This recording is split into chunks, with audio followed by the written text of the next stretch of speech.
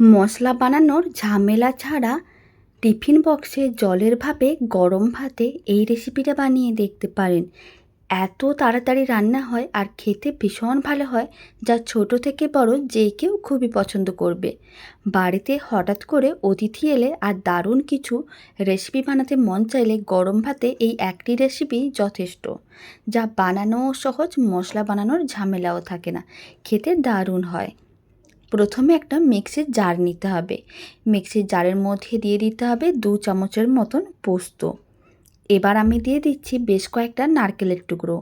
অল্প একটু নারকেল নিয়েছিলাম, খোসাটা ছাড়িয়ে নিয়েছিলাম, কালো অংশগুলোকে ছোট ছোট টুকরো করে কেটে নিয়েছিলাম।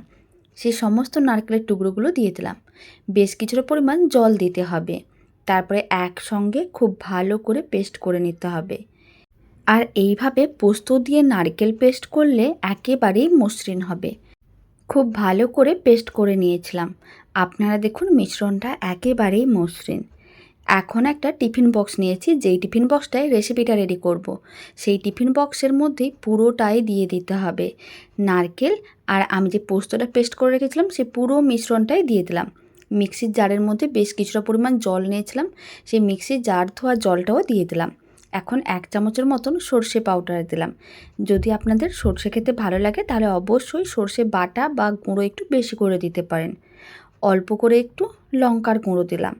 কাশ্মীরি লঙ্কার গুঁড়ো দিয়েছি, এখানে কালারটা খুবই ভালো আসবে। আর স্বাদ অনুযায়ী লবণ দিলাম। এখন অল্প একটু চিনি দিচ্ছি। যে কোনো ঝাল জাতীয় রান্নায় অল্প একটু চিনি দিলে খেতে বেশ ভালোই লাগে। তবে চিনি একেবারেই অপশনাল, আপনারা চাইলে দিতেও পারেন, নাও দিতে পারেন। আর আমি এখানে 3টে কাঁচা লঙ্কাকে ছোটো ছোটো টুকরো করে রেখেছিলাম, সেই কুচনো কাঁচা লঙ্কা দিয়ে দিলাম। 2 চামচের মতন সর্ষের তেল দিয়ে দিলাম। এবার সমস্ত কিছু একসঙ্গে খুব ভালো করে মিশিয়ে নিতে হবে। খুব ভালো করে এইভাবে মিশিয়ে নিতে হবে, আর এক সাইডে রেখে দিতে হবে যতক্ষণ না লবণ আর চিনিগুলো মেল্ট হচ্ছে। এইভাবে মশলার মিশ্রণটা রেডি করে নিলাম। কোনো রকম আদা, রসুন, পেঁয়াজ কোনো কিছুরই প্রয়োজন পড়বে না। খেতে ভীষণ ভালো হবে। গরম ভাতে এই রেসিপি থাকলে অন্য কিছুর প্রয়োজনও পড়বে না। ছোট বড় যে কেউ খুবই পছন্দ করবে। এদিকে একটা মিক্সিং বোল নিয়েছিলাম, তার মধ্যে আমি বেশ কয়েকটা ডিম নিয়ে নিচ্ছি। আমি এখানে 6-7টার মতন ডিম নিচ্ছি, তবে ডিমের পরিমাণটা আপনারা চাইলে কম বা বেশি করতে পারেন। এখন আমি দিয়ে দিচ্ছি অল্প করে একটু লবণ, মানে স্বাদ অনুযায়ী লবণ দিলাম। লবণটা খুব ভালো করে ডিমগুলোর সঙ্গে মিশিয়ে নিতে হবে, আর ডিমগুলোকে খুব ভালো করে ফেটিয়ে নিতে হবে। মোটামুটি 1 মিনিট এইভাবে ডিমগুলোকে খুব ভালো করে ফেটিয়ে নিচ্ছি। ডিমগুলোকে খুব ভালো করে ফেটিয়ে নিয়েছিলাম। ডিমের মিশ্রণ একেবারেই রেডি। এবার ডিমের মিশ্রণটা এক সাইডে রেখে দিতে হবে। এদিকে একটা ফ্রাইং প্যান নিয়েছি। ফ্রাইং প্যানের মধ্যে অল্প করে একটু সর্ষের তেল দিয়ে দিলাম। এবার সর্ষের তেল চারিদিকে ভালো করে ছড়িয়ে নিতে হবে, আর খুব ভালো করে গরম করে নিতে হবে। খুব ভালো করে তেলও গরম করা হয়ে গেছে। আর বেশ গরম করে নেওয়ার পরে এরকম এই যে ডিমের মিশ্রণটা আমি রেডি করে রেখেছিলাম, পুরো ডিমের মিশ্রণটা একসঙ্গে দিয়ে দিতে হবে। পুরো মিশ্রণটা দিয়ে দেওয়ার পরে এখন কিছুক্ষণ অপেক্ষা করতে হবে। আর এইভাবে একটা হাতা নিয়ে সাইডগুলোকে একটু সরিয়ে নিতে হবে, আর বাকি ডিমের মিশ্রণটা ঠিক এইভাবে টেনে নিতে হবে। এইভাবে মোটামুটি আমি 3 মিনিটের মতন রেখে দিয়েছিলাম। আপনারা দেখুন এইভাবেই কিন্তু যখন নিচের দিকটা ভাজা হয়ে আসবে তারপরে কিন্তু ডিমটাকে ফোল্ড করে নিতে হবে, আর ওপরের দিকে হালকা কাঁচা ভাব থাকবে, ঠিক সেই সময় ফোল্ড করতে হবে, তাহলে খুব সুন্দরভাবে আটকে যাবে। এইভাবে খুব ভালো করে ফোল্ড করে নিচ্ছি। আর একটু টাইম নিয়ে ডিমটাকে ভাজতে হবে, তাহলে কিন্তু খেতে অনেক বেশি ভালো লাগবে। তাও খুব বেশি টাইমের প্রয়োজন পড়বে না, মোটামুটি 5 মিনিটের মধ্যেই ডিম ভাজা কমপ্লিট হয়ে যাবে। যখন ডিমটা এরকম রোল করে ভেজে নিয়েছিলাম, তারপরে কিন্তু এরকম 3 ভাগে ভাগ করে নিলাম, তাহলে ডিমগুলোকে উল্টে পাল্টে ভাজতে সুবিধা হবে। আমি এখানে সমস্ত ডিমগুলো একসঙ্গে দিয়েছি, আপনারা চাইলে অল্প অল্প করে ডিম দিয়েও ভেজে নিতে পারেন। এইভাবে কিন্তু ভাজলে দেখতে একেবারে অন্যরকম হয়, আর খেতেও বেশ ভালো লাগে। উল্টে পাল্টে 3টে টুকরোকে হালকা লাল করে ভেজে নিয়েছিলাম। এবার ঠিক এরকমই বড় টুকরোগুলোকে আবারও লম্বা লম্বা করে কেটে নিতে হবে। আর এইভাবে কাটলে দেখতে যেমন ইউনিক লাগবে, খেতেও ঠিক ততটাই ভালো লাগবে। এবার সমস্ত ডিমের বড় টুকরোগুলোকে ঠিক এইভাবে সরু সরু আর লম্বা করে কেটে নেব। আপনারা চাইলে চৌকো পিসেও কাটতে পারেন, আমি এখানে একটু লম্বা করে কাটছি, এটা দেখতে দারুণ লাগবে। আর এই রেসিপিটা এত কম সময়ের মধ্যে রেডি হয়ে যায়। গরম ভাতের সঙ্গে এই রেসিপি বানালে ছোট থেকে বড় যে কেউ পছন্দ করবে, আর অন্য কিছুর বানানোর প্রয়োজনও পড়বে না। আর বাড়িতে বানালে কমেন্ট বক্সে জানাতে একেবারেই ভুলবেন না খেয়ে কেমন লাগলো। সমস্ত ডিমের টুকরোগুলোকে লম্বা লম্বা করে কেটে নিয়েছিলাম। আর এদিকে যে মিশ্রণটা রেডি করে রেখেছিলাম সেই মিশ্রণটাকে আর একবার ভালো করে মিশিয়ে নিতে হবে, যাতে সমস্ত কিছু ভালো করে মিশে যায়।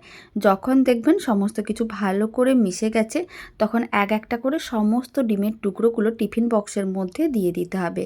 সমস্ত ডিমের টুকরোগুলো একসঙ্গেই দিতে হবে, আলাদা করে কিচ্ছু দেওয়ার নেই। টিফিন বক্সে ধরবে ঠিক এতগুলো ডিম আমি ভেজে নিয়েছিলাম। আমি এখানে প্রায় 7টা ডিম দিয়ে রেসিপি বানাচ্ছি। আপনারা চাইলে কম বা বেশি করতে পারেন, তবে খেতে ভীষণ ভালো হয়। একটু বেশি করে বানানোর চেষ্টা করবেন, নাহলে কিন্তু পরে আফসোস হবে। সমস্ত ডিমের টুকরোগুলো দিয়ে দেওয়ার পরে এবার একটু চামচ দিয়ে উল্টে পাল্টে নিতে হবে। খুব ভালো করে এইভাবে একটু উল্টে পাল্টে নিচ্ছি, যাতে সমস্ত ডিমের টুকরোগুলো মশলার মধ্যে ডুবে যায়। এবার টিফিন বক্সের ঢাকনাটা বন্ধ করে দিতে হবে। আর আপনারা দেখুন কত কম উপকরণ দিয়ে এই রেসিপিটা বানানো যাচ্ছে, আর খেতে এতটাই ভালো হয়, বাড়িতে না বানালে নিজেই বুঝতে পারবেন না। টিফিন বক্সের ঢাকনাটা বন্ধ করে দিতে হবে, আর টিফিন বক্সটাকে একটা সাইডে রেখে দিতে হবে। ওইদিকে একটা কড়াইয়ের মধ্যে জল নিয়ে জল ভালো করে গরম করতে হবে। আমি মোটামুটি 3 মিনিট আগে থেকে জল দিয়ে কড়াইটাকে বসিয়ে দিয়েছিলাম। জল গরম হয়ে গেছে, একটা স্ট্যান্ডে রেখে দিলাম। ফ্লেমটা মিডিয়াম টু হাইতে আছে। এবার টিফিন বক্সটা স্ট্যান্ডের ওপরে রেখে দিতে হবে। তারপরে কড়াইয়ের ঢাকনা বন্ধ করে দিতে হবে। আর কড়াইয়ের ঢাকনার মধ্যে যদি ছিদ্র থাকে, ছোট্ট কাগজের টুকরো দিয়ে বন্ধ করে দেবেন, যাতে ভেতরের হাওয়া বাইরে না বেরোতে পারে। মিডিয়াম টু হাই ফ্লেমে 10 মিনিট এইভাবে ভাপে রান্না করে নিতে হবে। 10 মিনিট হয়ে গেছে, এবার ফ্লেমটা অফ করে দিচ্ছি। এইভাবে আরও 10 মিনিট রেখে দিচ্ছি, যাতে গরম ভাবটা কমে যায়। এখন 10 মিনিট পরে ঢাকনাটা খুলে নিলাম। আপনারা দেখুন জলটা কিন্তু শুকনো হয়ে গিয়েছিল। 10 মিনিটের মধ্যেই কিন্তু জলটা শুকনো হয়ে যাবে আর রান্নাটা রেডি হয়ে যাবে। এখন টিফিন বক্সটা খুলে নিচ্ছি। গরম গরম এই রেসিপি আর যদি গরম ভাতে খাওয়া যায়, খেতে দারুণ লাগবে। আর যেহেতু ভাপা বানিয়েছি, ভাপাতে অল্প করে একটু কাঁচা সর্ষের তেল দিলে দেখতে যেমন ভালো লাগবে, খেতেও দারুণ লাগবে, একটু ঝাঁঝ থাকবে। এখন সর্ষের তেলটাও খুব ভালো করে মিশিয়ে নিতে হবে। এইভাবে একবার ডিমের ভাপা বাড়িতে বানালে কমেন্ট বক্সে জানাতে একেবারেই ভুলবেন না। আর রেসিপিটা আপনাদের কেমন লাগলো কমেন্ট বক্সে জানাতে একেবারেই ভুলবেন না। ভালো লেগে থাকলে আপনারা যদি ফেসবুক থেকে রেসিপিটা দেখছেন, পেজটিকে ফলো করে নেওয়ার অনুরোধ রইল। ইউটিউব থেকে দেখলে চ্যানেলটি সাবস্ক্রাইব করে নেওয়ার অনুরোধ রইল। পাশে থাকা বেল আইকনটি প্রেস করে নেবেন নতুন রেসিপির আপডেট সবার আগে পাওয়ার জন্য।